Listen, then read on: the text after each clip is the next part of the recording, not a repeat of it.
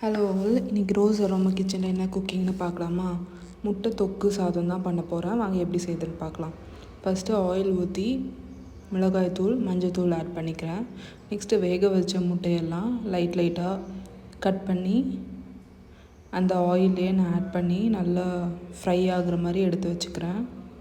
Next அதே கடாயில் கடுகு போட்டு நறுக்கி வச்ச வெங்காயம்லாம் ஆட் பண்ணிக்கிறேன்.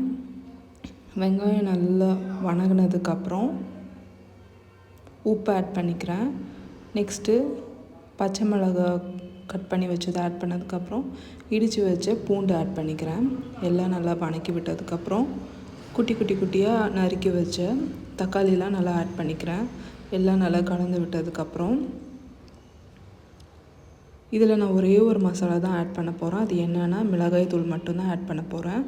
ஆட் பண்ணி எல்லாம் கலந்து விட்டு ஒரு கொதி வந்ததுக்கப்புறம் தக்காளி நல்லா வேகிறதுக்காக தண்ணி ஆட் பண்ணிக்கிறேன். ஆட் பண்ணிவிட்டு நம்ம ஃப்ரை பண்ணி வச்ச முட்டை இதில் ஆட் பண்ணி எல்லாம் கலந்து விட்டுக்கிறேன். நல்லா எண்ணெய் பிரிஞ்சு வந்ததுக்கப்புறம் இதுதாங்க சைனு, நல்லா தக்காளி நல்லா வெந்துருச்சு அப்படிங்கிறதுக்காக.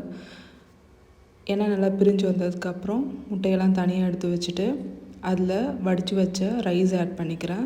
எல்லாம் நல்லா கலந்து விட்டதுக்கப்புறம் நம்ம தனியாக எடுத்து வச்ச எக்ஸை இதில் நான் ஆட் பண்ணிக்கிறேன். அவ்வளோதாங்க, நம்ம முட்டை தொக்கு சாதம் ரெடி ஆகிடுச்சு. பயங்கர டேஸ்ட்டாக இருக்கும். கண்டிப்பாக ட்ரை பண்ணி பாருங்கள். பாய், லவ் யூ ஆல்.